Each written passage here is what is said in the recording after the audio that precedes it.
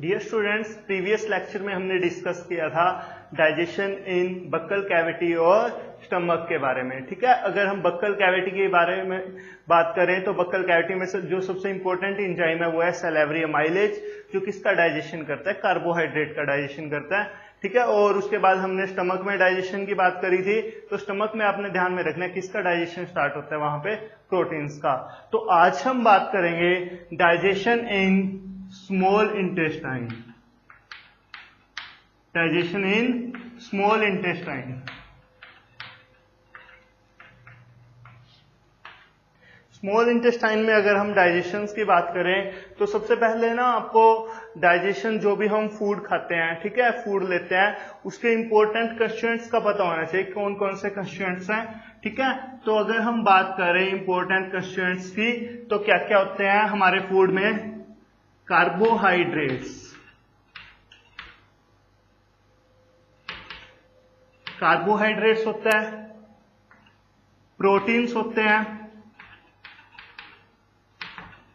Carbohydrate, proteins, fats, fats भी कह सकते हो आप या लिपिड्स भी बोल सकते हो, फैट्स और लिपिड्स, क्लियर है। और last one nucleic acid. Nucleic acid, ये जो 4 इंपॉर्टेंट कंस्टिट्यूएंट्स है जो भी आप फूड लेते हैं। ठीक है, तो कार्बोहाइड्रेट की अगर हम बात करें, इनकी ना ये क्या है, काफी कॉम्प्लेक्स फॉर्म में होते हैं। जो भी आप फूड लेते हैं उसके अंदर कॉम्प्लेक्स फॉर्म में मिलते हैं, तो हमें इनको क्या करना है, ब्रेक करना है, स्मॉलर पार्टिकल्स में ब्रेक करना है, ताकि हमारी बॉडी इसको क्या कर सके, आसानी से इजिली एब्जॉर्ब कर सके। तो सबसे पहले आपको पता होना चाहिए कार्बोहाइड्रेट की जो सबसे कॉम्प्लेक्स फॉर्म है ना, वो क्या है, पॉलीसैकेराइड। वो क्या है, पॉलीसैकेराइड। पॉलीसैकेराइड नेम से ही पता चल रहा है, सैकेराइड मीन्स होता है शुगर, सैकेराइड मीन्स होता है शुगर, पॉली मीन्स काफी सारी, जो काफी सारी शुगर की बनी होती है उसे हम क्या बोलते हैं, पॉलीसैकेराइड। जैसे कि स्टार्च, आपने नेम सुना था, ठीक है, बक्कल कैविटी में स्टार्च का डाइजेशन स्टार्ट हुआ था। तो ये जो पॉलीसैकेराइड है ना, इसको हमने पहले हम किस में ब्रेक करेंगे, डाइसैकेराइड में। किस में ब्रेक करेंगे, डाइसैकेराइड में। डाइसैकेराइड को हम किस में ब्रेक करेंगे, मोनोसैकेराइड में।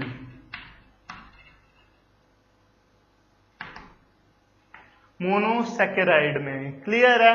पोली काफी सारी शुगर्स का बना होता है, डाई 2 शुगर का, जो काफी सारी शुगर थी वो 2 शुगर में ब्रेक हो चुके हैं, और फिर monosaccharide which consist of only 1 sugar. ठीक है, तो जो ये मोनोसैकेराइड है, ठीक है, ये सिंपल फॉर्म है और इसको हम आसानी से क्या कर सकते हैं, एब्जॉर्ब कर सकते हैं, क्लियर है। अब बात करते हैं हम प्रोटीन्स की। प्रोटीन्स की अगर हम बात करें तो प्रोटीन्स को हम पहले ब्रेक करेंगे किसमें, डाइपेप्टाइड में, डाइपेप्टाइड्स में। प्रोटीन्स का किसमें ब्रेकडाउन होता है, डाइपेप्टाइड्स में। और जितने भी प्रोटीन्स हमें पता है किसके मिलके बने होते हैं, अमीनो एसिड्स के, अमीनो एसिड्स के। तो जब प्रोटीन्स को हम किस में कन्वर्ट कर देंगे, अमीनो एसिड्स में कन्वर्ट कर देंगे, तो हम उसको आसानी से क्या कर सकते हैं, एब्जॉर्ब कर सकते हैं, क्लियर है। उसके बाद फैट्स और लिपिड की अगर हम बात करें, फैट्स और लिपिड की बात करें तो ये किसका मिलकर बना होता है, fatty acid plus glycerol, fatty acid plus glycerol. ध्यान में रखना, ये फैटी एसिड और ग्लिसरॉल का मिलके बना होता है। तो ये जो फैटी एसिड है ना, इसका अगर आप स्ट्रक्चर देखोगे तो ये कैसा होता है, ट्राइग्लिसराइड होता है, ट्राइग्लिसराइड। ट्राइग्लिसराइड का मतलब 3 चेन का मिलकर बना होता है, ट्राई। ठीक है, ट्राई को हम किस में कन्वर्ट करेंगे, डाइग्लिसराइड में, और डाई को हम किस में कन्वर्ट करेंगे, मोनोग्लिसराइड में। ठीक है, जब ये मोनोग्लिसराइड में कन्वर्ट हो जाएगा, ये फैटी एसिड प्लस ग्लिसरॉल आपको सिंपल यूनिट मिल जाएगी, तब हम उसको क्या आसानी से एब्जॉर्ब कर सकते हैं, क्लियर है ये पॉइंट। उसके बाद हम बात करें न्यूक्लिक एसिड की। न्यूक्लिक एसिड की अगर हम बात करें तो जितने भी न्यूक्लिक एसिड है वो किसके बने होते हैं, न्यूक्लियोटाइड्स के। किसके मिलके बने होते हैं, न्यूक्लियोटाइड्स के। अगर एक आप न्यूक्लियोटाइड्स का डायग्राम देखें तो न्यूक्लियोटाइड्स में ना 3 चीजें होती हैं, क्या क्या, शुगर, शुगर होता है, और क्या होता है, नाइट्रोजिनस बेस होता है, nitrogenous base, adenine, guanine, cytosine और थाइमिन, ये सब बेस होते हैं। नाइट्रोजिनस बेस प्लस शुगर और प्लस फॉस्फेट ग्रुप,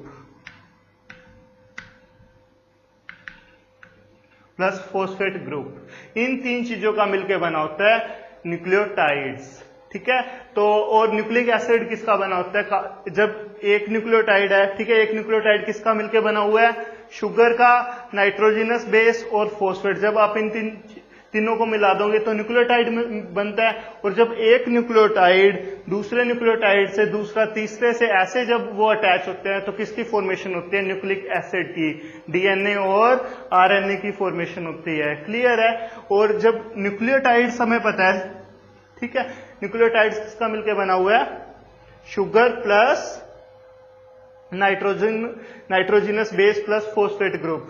अब अगर यहां से फॉस्फेट ग्रुप रिमूव कर दिया जाए तो ये क्या किस में कन्वर्ट हो जाता है, न्यूक्लियोसाइड में। किस में कन्वर्ट हो जाता है, ये न्यूक्लियोसाइड में। क्लियर है। तो ये इसकी जो बिल्कुल सिंपल फॉर्म है वो है जिसको हम क्या कर सकते हैं, एब्जॉर्ब कर सकते हैं। क्लियर है पॉइंट। ठीक है, तो अब हम बात कर रहे हैं स्मॉल इंटेस्टाइन में डाइजेशन की बात करें तो ये आपको पता होना चाहिए, कार्बोहाइड्रेट किस में ब्रेक होगा लास्ट में, प्रोटीन्स किस में होगा, फैट्स और लिपिड्स किस में होंगे, और न्यूक्लिक एसिड किस में होगा। ठीक है,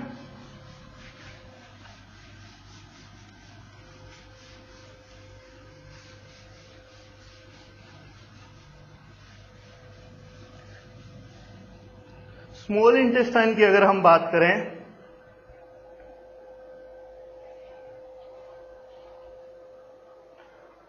स्मॉल इंटेस्टाइन में डाइजेशन स्टार्ट करने से पहले, ठीक है, आपको सैलिवरी ग्लैंड्स का थोड़ा सा पता होना चाहिए, सॉरी डाइजेस्टिव ग्लैंड्स का। डाइजेस्टिव ग्लैंड्स में ना हमने ये डायग्राम देखा था,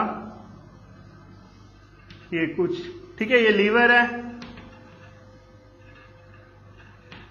लीवर से क्या निकल के आते हैं,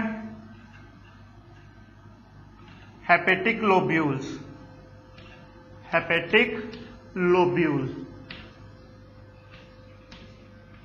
हेपेटिक लोब्यूल्स निकल के आते हैं कहां से, लीवर से। और ये कहां पे एंटर करते हैं फिर,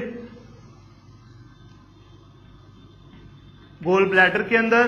जो गोल ब्लैडर का जो डक्ट है और हेपेटिक डक्ट है, ये कहां इकट्ठे, ये दोनों मिलके क्या बनाते हैं, कॉमन बाइल डक्ट। ये चीज ध्यान में रखना, कॉमन बाइल डक्ट मिलके बना रहे हैं। ठीक है, कॉमन बाइल डक्ट के यहां क्या था, पैनक्रियाज,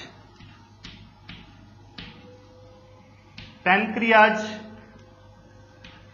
ठीक है, और पैनक्रियाज के अंदर क्या होता है, पैनक्रिएटिक डक्ट, पैनक्रिएटिक डक्ट। और ये जो पैनक्रिएटिक डक्ट है और जो आपका कॉमन बाइल डक्ट है, ये कॉमन इकट्ठे होकर ये क्या बनाते हैं, हेपेटोपैनक्रिएटिक डक्ट। जो मेन चीज आपने ध्यान में रखनी है, यहां पे किसका रीजन होता है, ड्यूडेनम रीजन होता है। कौन सा रीजन होता है, ड्यूडेनम। ठीक है, स्मॉल इंटेस्टाइन, तो स्मॉल इंटेस्टाइन के अंदर क्या आ रहा है, कॉमन बाइल डक्ट से तो क्या आएगा, बाइल जूस आएगा, और पैनक्रिएटिक डक्ट से क्या आएगा, पैनक्रिएटिक जूस। ये चीज ध्यान में रखना, पैनक्रियाज है वो क्या सीक्रेट करेगा, पैनक्रिएटिक जूस, जो कहां पे आएगा, ड्यूडेनम रीजन में। और जो आपका ये है गोल ब्लैडर है, यहां से क्या निकल के आएगा, बाइल जूस। ठीक है, तो ये आके ड्यूडेनम रीजन्स के अंदर एंटर करते हैं। ठीक है, क्या क्या चीजें आपने पढ़नी है स्मॉल इंटेस्टाइन में, सबसे पहले है बाइल जूस। बाइल जूस के बारे में आपने पढ़ना है, और पैनक्रिएटिक जूस के बारे में आपने पढ़ना है, बाइल जूस के बारे में पढ़ना है आपने, पैनक्रिएटिक जूस के बारे में पढ़ना है, और स्मॉल इंटेस्टाइन एक खुद का जूस सीक्रेट करती है जिसे हम बोलते हैं इंटेस्टाइनल जूस, उसके बारे में आपने पढ़ना है। क्लियर है, ये बाइल जूस के बारे में पढ़ना है आपने, पैनक्रिएटिक जूस और इंटेस्टाइनल जूस के बारे में आपने पढ़ना है। तो हम देखते हैं ये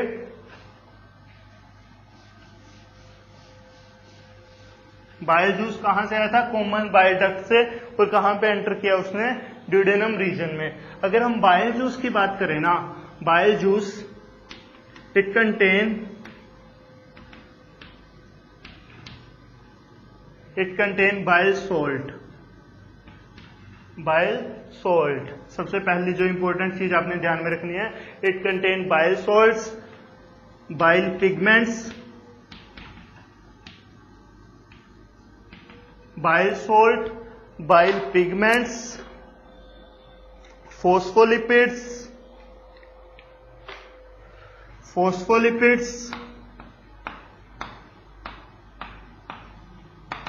क्या क्या है?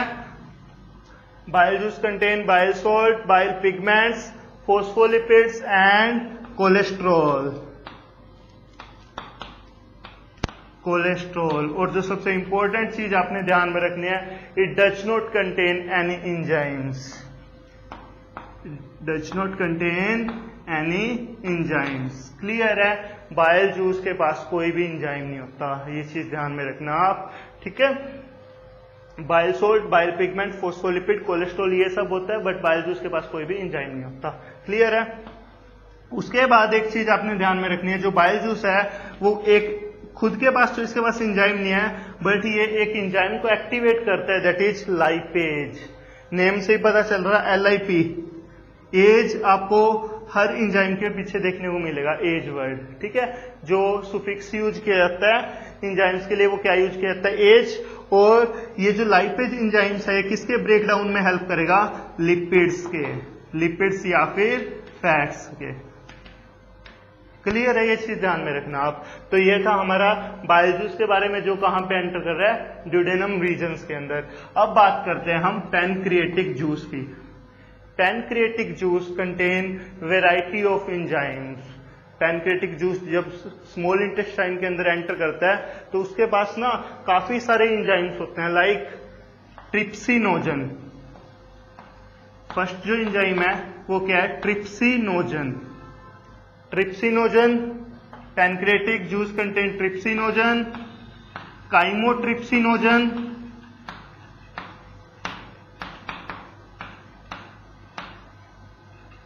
ट्रिप्सिनोजन, काइमोट्रिप्सिनोजन, प्रोकार्बोक्सीपेप्टिडेज,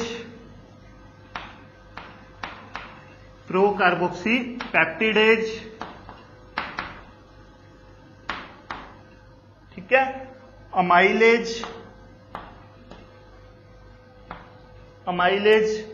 लाइपेज और न्यूक्लिएज। ये सब एंजाइम्स किसके पास होते हैं? पैनक्रिएटिक जूस के पास। ध्यान में रखना आप, pancreatic juice contain trypsinogen, chymotrypsinogen, procarboxypeptidase, amylase, lipase और न्यूक्लिएज। अब क्या होगा? ये जितने भी एंजाइम्स है ना, ध्यान में रखना, ऑल एंजाइम्स आर इनएक्टिव। ये सभी क्या है? प्रो एंजाइम्स है, मतलब कि क्या है? ये नॉन एक्टिव फॉर्म में है, ठीक है? इनएक्टिव फॉर्म में, अभी तक एक्टिव नहीं है। एक्टिव ये कैसे होंगे?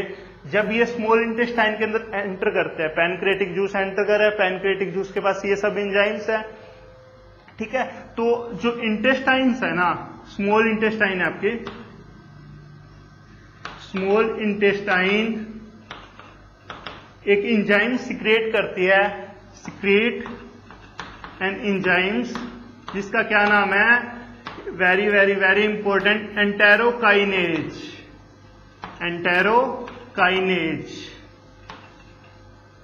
ठीक है? एंटेरोकाइनेज नाम का एंजाइम कौन सिक्रेट करता है? Small intestine. ध्यान में रखना, ये सभी कौन सी फॉर्म में है? इनएक्टिव फॉर्म में है। और तब स्मॉल इंटेस्टाइन ने क्या सिक्रेट करिए? एक एंजाइम सिक्रेट किया जिसका क्या नाम है? एंटेरोकाइनेज। ये एंटेरोकाइनेज क्या करेगा? एंटेरोकाइनेज आपका जो ट्रिप्सिनोजन है, ये जो ट्रिप्सिनोजन्स हैं,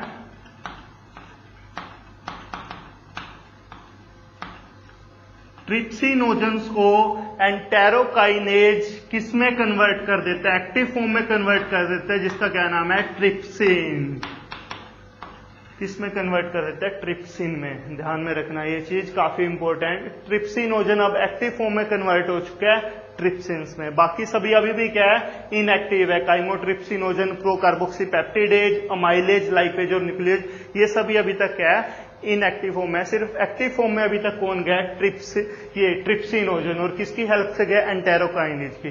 अब ट्रिप्सिन एक्टिवेट हो चुका है, जो ट्रिप्सिनोजेंस है वो किस में कन्वर्ट हो चुके हैं, एक्टिव फॉर्म में कन्वर्ट हो चुके हैं, जिसे हम क्या बोलते हैं, ट्रिप्सिन। अब ये जो ट्रिप्सिन क्या करेगा, इट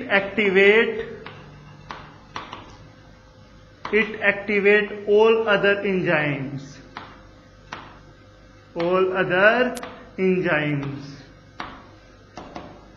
जितने भी इंजाइम्स हैं, ठीक है, उनको कौन एक्टिवेट कर देता है, अपने आप ट्रिप्सिन एक्टिवेट कर देता है। आपने सिर्फ क्या है, ट्रिप्सिनोजेंस को एक्टिव फॉर्म देनी है, और वो भी कौन देगा, एंटेरोकाइनेज नाम का एंजाइम। अब ये काइमोट्रिप्सिनोजेंस है, ये किस में चेंज हो जाएगा, काइमोट्रिप्सिन में, एक्टिव फॉर्म में चला जाएगा। काइमोट्रिप्सिन प्रो कार्बोक्सी पेप्टिडेज है, वो किस में कन्वर्ट हो जाएगा, कार्बोक्सी पेप्टिडेज में, प्रो हट जाएगा, ठीक है, और बाकी सभी सेम रहेंगे, बट ये किस में एंटर कर चुके हैं, अब एक्टिव फॉर्म में एंटर कर चुके हैं, और ये फूड के डाइजेशन में अब हेल्प कर सकते हैं। क्लियर है, ठीक है। और ये सब अभी तक क्या है, बाइल जूस के बारे में हमने पढ़ लिया, और अब हम पढ़ रहे हैं पैनक्रेटिक जूस के बारे में, ठीक है, जो पैनक्रियास से निकल के आ रहा था, बट स्मॉल इंटेस्टाइन एक एंजाइम सीक्रेट किया था, एंटेरोकाइनेज, जो काफी इंपॉर्टेंट है, जो एक्टिव फॉर्म में लेके आता है सभी एंजाइम्स को, ठीक है, हो जाएगा ट्रिप्सिन की वजह से। अब देखो, स्टमक में हमने पढ़ा था, स्टमक के अंदर किसका डाइजेशन स्टार्ट हो चुका था, प्रोटीन्स का। प्रोटीन्स है वो किस में कन्वर्ट हो चुके थे, पेप्टोन्स में। किस में कन्वर्ट हो चुके थे, पेप्टोन्स में और प्रोटीएजिज में, प्रोटीओजिज में, ठीक है। तो जितने भी प्रोटीन्स थे वो स्टमक के अंदर पेप्टोन्स और प्रोटीएजिज में ब्रेक हो चुके थे, ठीक है। अब इन पे कौन सा एंजाइम एक्ट करता है, ये आपके पास 5 और 6 एंजाइम्स है, इन्हीं का आपने पढ़ना है, ठीक है। पैनक्रेटिक जूस, ट्रिप्सिनोजन है वो किस में कन्वर्ट हुआ है, ट्रिप्सिन पे, ट्रिप्सिन में। ट्रिप्सिन है वो किस पे अटैक करेगा, प्रोटीन्स की जो डाइजेस्टेड फॉर्म है, पेप्टोन्स और प्रोटीओजिज, उस पे एक्ट करेगा। ट्रिप्सिन एक्ट करेगा और काइमोट्रिप्सिन एक्ट करेगा, काइमोट्रिप्सिन एक्ट करेगा और कार्बोक्सी पेप्टिडेज एक्ट करेगा, कार्बोक्सी पेप्टिडेज। ये जितने भी एंजाइम्स हैं, ट्रिप्सिन, काइमोट्रिप्सिन और कार्बोक्सी पेप्टिडेज, ये पेप्टोन्स और प्रोटीएजिज को किस में कन्वर्ट कर देते हैं, डाइपेप्टाइड्स में, डाइपेप्टाइड्स में। हमें पता है प्रोटीन्स है वो किसके मिलके बने होते हैं, अमीनो एसिड्स के, अभी हमने पढ़ा था, अमीनो एसिड के मिलके बने होते हैं, और अमीनो एसिड आपस में किससे अटैच होते हैं, वाया पेप्टाइड बॉन्ड। तो अब ये क्या है, जो प्रोटीओजिज है वो किस में ब्रेक हो चुके हैं, डाइपेप्टाइड्स में। मतलब कि अभी तक सिंपल फॉर्म नहीं आई, सिंपल फॉर्म क्या है, अमीनो एसिड्स है, तो अभी तक डाइपेप्टाइड्स तक आपने ध्यान में रखना है। ये किसकी हेल्प से कन्वर्जन हुआ है, पैनक्रेटिक जूस की हेल्प से, ठीक है, प्रोटीन्स का हो चुका। अब बात कर रहे हैं हम कार्बोहाइड्रेट की। कार्बोहाइड्रेट का डाइजेशन बक्कल कैविटी में स्टार्ट तो हो चुका था, बट कितना हुआ था, 30% डाइजेशन हुआ था। तो बाकी के जितने भी पॉलीसेक्राइड है, पॉलीसेक्राइड जो काफी कॉम्प्लेक्स यूनिट है, उसके ऊपर कौन सा एंजाइम एक्ट करेगा, बक्कल कैविटी में कौन सा एंजाइम एक्ट कर रहा था, सैलिवरी अमाइलेज। तो यहां भी एक एंजाइम जिसका नाम क्या है, अमाइलेज, वो एक्ट करेगा पॉलीसेक्राइड पे, और पॉलीसेक्राइड को ये किस में कन्वर्ट कर देगा, डाइसेक्राइड में।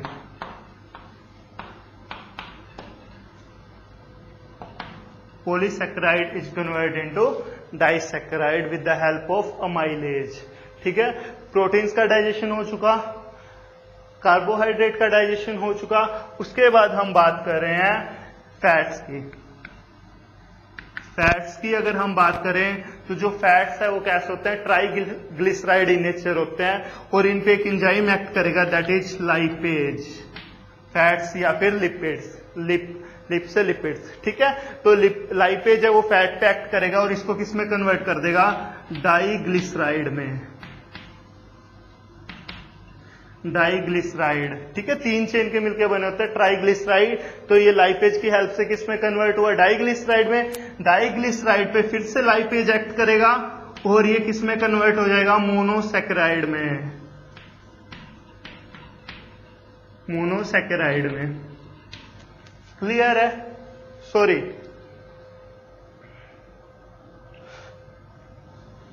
इसमें कन्वर्ट होगा ये मोनोग्लिसराइड में, मोनोग्लिसराइड्स में। Saccharide is the part of carbohydrate. ठीक है, तो प्रोटीन्स का डाइजेशन हो चुका, कार्बोहाइड्रेट का डाइजेशन हो चुका और लिपिड्स का डाइजेशन हो चुका। अब हम बात कर रहे हैं न्यूक्लिक एसिड्स की। न्यूक्लिक एसिड पे कौन सा एंजाइम एक्ट करेगा? न्यूक्लिएज।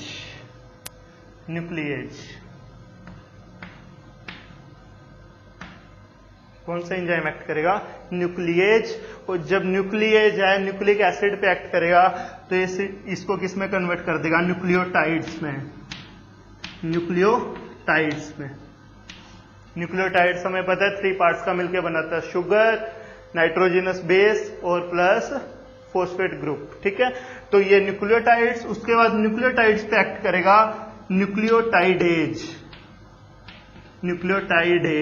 और न्यूक्लियोटाइडेज है वो न्यूक्लियोटाइड्स को किस में कन्वर्ट कर देगा? न्यूक्लियोसाइड में। न्यूक्लियोसाइड और न्यूक्लियोटाइड में डिफरेंस पता लग गया। न्यूक्लियोसाइड किस का मिलकर बना होता है? Sugar plus nitrogenous base. और न्यूक्लियोटाइड्स में और क्या ऐड हो जाता है? Phosphate group. ठीक है, तो न्यूक्लियोटाइडेज की हेल्प से न्यूक्लियोटाइड्स है वो किस में कन्वर्ट हो गया?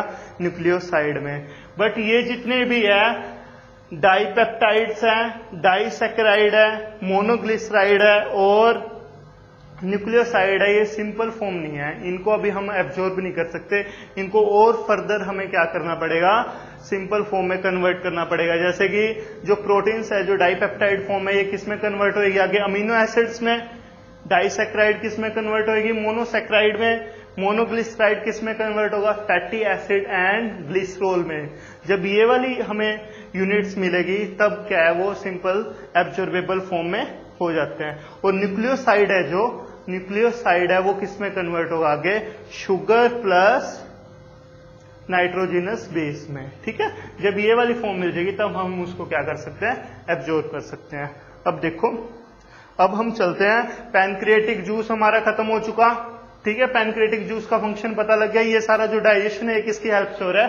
पैनक्रिएटिक जूस की हेल्प से। बाइल जूस के पास क्या होता है ये आपको पता लग गया। अब हम बात करें स्मॉल इंटेस्टाइन की।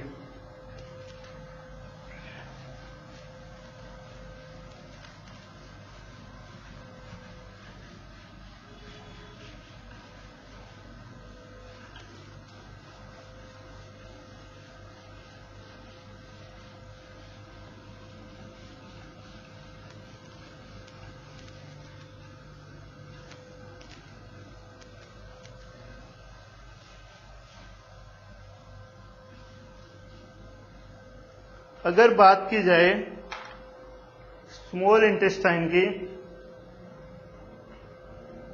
तो ध्यान में रखना, स्मॉल इंटेस्टाइन की ना एक लेयर होती है, इनर मोस्ट लेयर, जिसे हम क्या बोलते हैं? Mucosa layer. क्या कहा जाता है? म्यूकोसा लेयर होती है स्मॉल इंटेस्टाइन के अंदर। ये जो म्यूकोसा लेयर के पास ना 2 तरह की सेल्स होती है, गोबलेट सेल्स और ब्रश बॉर्डर सेल्स।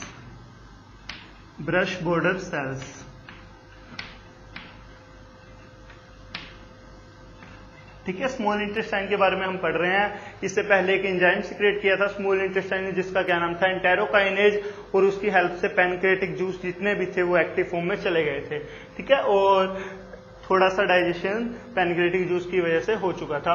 अब क्या है? इनर मोस्ट लेयर है जो स्मॉल इंटेस्टाइन की, उसे हम क्या बोलते हैं? Mucosa, which consist of 2 type of cells, goblet cells और ब्रश बॉर्डर सेल्स। जो गोबलेट सेल्स है ना ये क्या सीक्रेट करते हैं? Mucus. Goblet cells secrete mucus और ब्रश बॉर्डर सेल्स सीक्रेट है जूस। ध्यान में रखना, जो गोबलेट सेल्स हैं, गोबलेट सेल्स क्या सीक्रेट करेगी? म्यूकस। और ब्रश बॉर्डर सेल्स है वो एक जूस सीक्रेट करती है। जब ये म्यूकस किसके साथ कंबाइन करता है? जूस के साथ मिलता है तो एक इंटेस्टाइनल जूस की फॉर्मेशन होती है।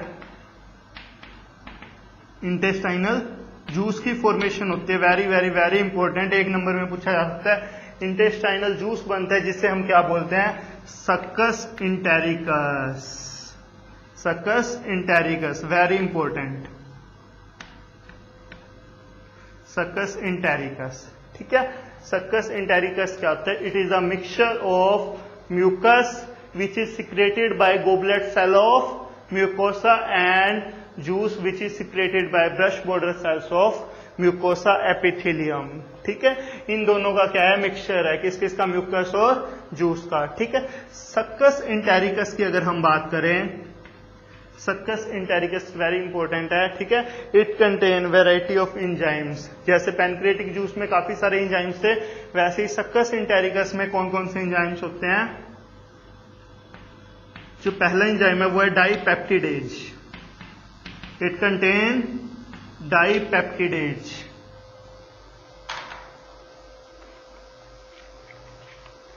Succus entericus contain dipeptidase.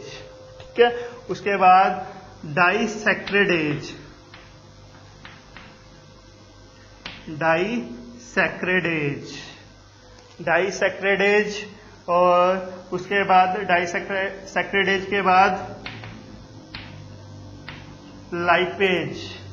ठीक है, लाइपेज, और लाइपेज के बाद न्यूक्लियोसाइडेज, न्यूक्लियोसाइडेज। ये सब एंजाइम्स होते हैं किसके पास? सक्कस इंटेरिकस के पास, डाइपेप्टिडेज, डाइसैक्रिडेज, लाइपेज और न्यूक्लियोसाइडेज। ठीक है, अब हम पढ़ते हैं डाइजेशंस की, किस तरह से ये जितने भी एंजाइम्स हैं, ठीक है, वो कैसे डाइजेशन में हेल्प करेंगे।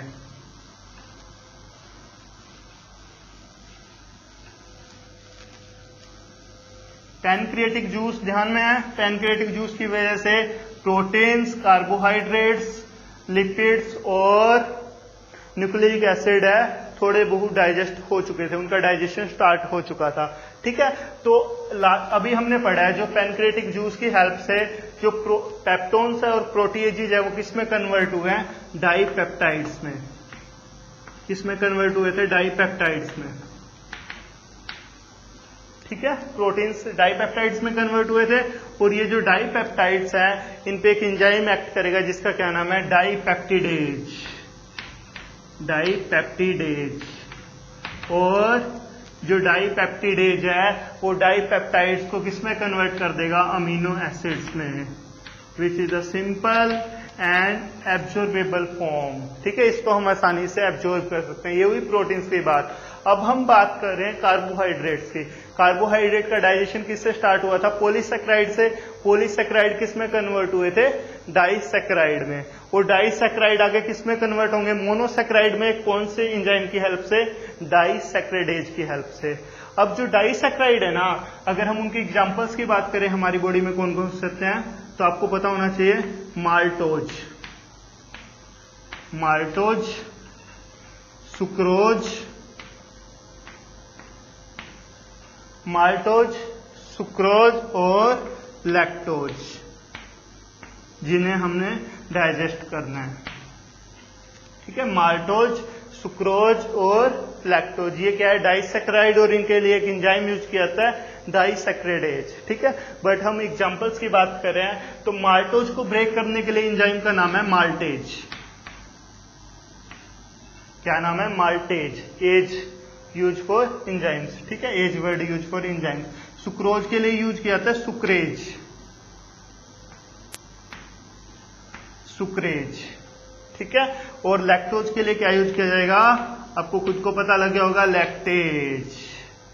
ठीक है, लैक्टेज, सुक्रेज, माल्टेज, ये किसका ब्रेक डाउन करेंगे? माल्टोज, सुक्रोज और लैक्टोज का। ठीक है, तो जो माल्टोज है वो अब किस में कन्वर्ट हो जाएगा?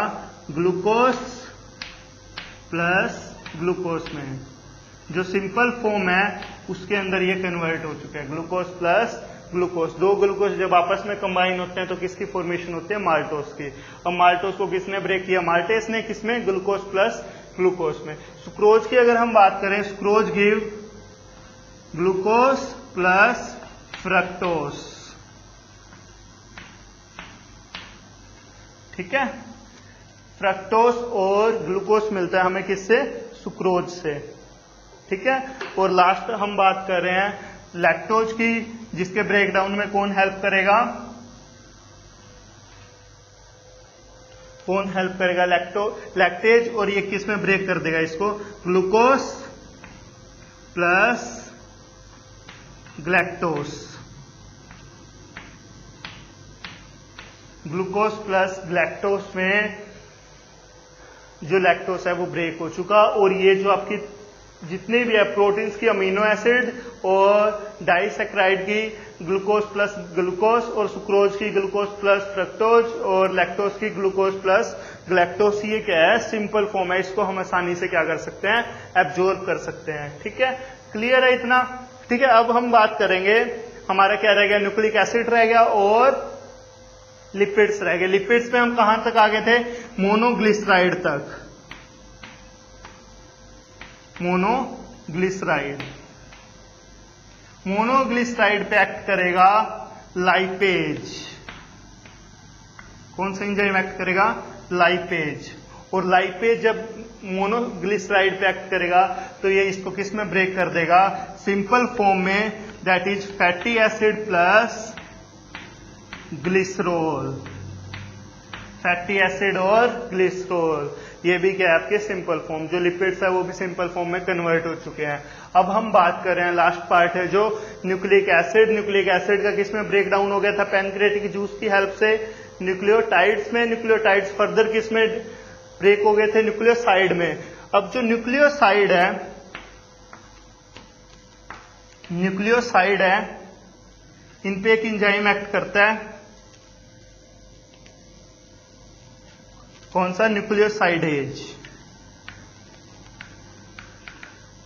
न्यूक्लियोसाइडेज एंजाइम एक्ट करेगा और वो न्यूक्लियोसाइड को किस में कन्वर्ट कर देगा, sugar plus nitrogenous base, nitrogenous base. ठीक है, जो आपके क्या है, सिंपल फॉर्म है। तो ये था हमारा डाइजेशन इन इंटेस्टाइन्स के बारे में। ठीक है, क्लियर है ये इतना। अब देखो, ये जो पार्ट है डाइजेशन का स्मॉल इंटेस्टाइन में, ये स्मॉल इंटेस्टाइन के कौन से पार्ट में हो रहा है, ध्यान में रखना, ड्यूडेनम रीजन में। कौन से रीजन्स के अंदर हुआ है ये कंप्लीट डाइजेशन, ड्यूडेनम। ड्यूडेनम आगे जाके किस में ओपन होती है, किस में ओपन होती है, जीजेनम में, और जीजेनम किस में ओपन होती है, इलियम में, जीजेनम ओपन इनटू इलियम। ठीक है, तो ये जीजेनम और इलियम के अंदर क्या होगा, ड्यूडेनम के अंदर डाइजेशन हो चुका है यहां तक। ठीक है, और उसके बाद अब ये सिंपल पार्टिकल्स है, बिल्कुल सिंपल मॉलिक्यूल्स में टूट चुके हैं, तो अब इसको क्या करेंगे, हम एब्जॉर्ब करेंगे। और एब्जॉर्ब कौन से पार्ट में होता है, जीजेनम और इलियम पार्ट में। और किसकी हेल्प से, यहाँ पे ना जीजेनम और इलियम में आपको कुछ फिंगर लाइक प्रोजेक्शन देखने को मिलते हैं, जिसे हम बोलते हैं विली। आप 10th क्लास में भी पढ़ चुके हैं विली। और विली किस में हेल्प करते हैं, आपकी एब्जॉर्प्शन में। जो भी सिंपल मॉलिक्यूल्स हैं, अमीनो एसिड्स और monosaccharides, fatty acid, glycerol, sugar और नाइट्रोजिनस बेस, इनको क्या कर लेंगे, एब्जॉर्ब कर लेंगे, कौन, विली, हो जाएगा। ठीक है, उसके बाद जितना भी अनएब्जॉर्ब फूड रह गया, जो एब्जॉर्ब नहीं हो पाया, ठीक है, अनएब्जॉर्ब फूड या फिर अनडाइजेस्टेड फूड, अनएब्जॉर्ब और अनडाइजेस्टेड फूड है जितना भी, वो कहां पे ट्रांसफर कर दिया जाता है, इलियम से लार्ज इंटेस्टाइन में, दैट इज सिक्कम, सिक्कम के अंदर ट्रांसफर कर दिया जाता है। ध्यान में रखना है ये सिक्कम, और इलियम से कहां पे ट्रांसफर किया जा रहा है, सिक्कम में। और यहां पे एक वोल्व होता है जिसे बोलते हैं ileum, ileum caecal valve, ileum caecal valve. इसका क्या फंक्शन रहता है, जो अनडाइजेस्टेड फूड था वो कहां से ट्रांसफर हुआ है, इलियम से कहां पे गया, सिक्कम से। और वोल्व का क्या फंक्शन रहेगा, ये सिक्कम के अंदर जो अनडाइजेस्टेड फूड जा चुका है वो उसको बैक नहीं आने देता, इलियम के अंदर बैक फ्लो को वो रोकता है। ठीक है, तो सिक्कम से वो कहां पे ट्रांसफर होगा, क्लोन में, क्लोन्स है वो रेक्टम में, ठीक है। रेक्टम में वो तब तक स्टोर रहता है अनडाइजेस्टेड मटेरियल, अनडाइजेस्टेड फूड, जब तक क्या ना हो जाए डीफेकिटेशन। डीफेकिटेशन क्या होता है, जो अनडाइजेस्टेड मटेरियल है ना उसको क्या कहा जाता है, फिक्कल कहा जाता है, फिक्कस कहा जाता है, और फिक्कस को रिमूव करने की प्रोसेस को क्या बोलते हैं, डीफेकिटेशन, ठीक है। तो ये एनस से होता हुआ, ठीक है, क्या है, जो फिकल मटेरियल है वो हमारी बॉडी से एक्सक्रीट आउट हो जाता है, ठीक है, डीफेकिटेशन प्रोसेस। ये था कंप्लीट आपका स्मॉल इंटेस्टाइन डाइजेशन के बारे में। एब्जॉर्प्शन कहाँ पे हुआ, जिजिनम और इलियम के अंदर, और उसके बाद वो लार्ज इंटेस्टाइन के अंदर एंट्री हुआ, ठीक है। और फिर जो भी अनडाइजेस्टेड मटेरियल है वो एनएस से पास होके, इजिली पास होके क्या हो जाता है, रिमूव आउट हो जाता है, ठीक है। तो ये था आज के लेक्चर के बारे में। नेक्स्ट लेक्चर में हम बात करेंगे एब्जॉर्प्शन के बारे में, ठीक है। Thank you.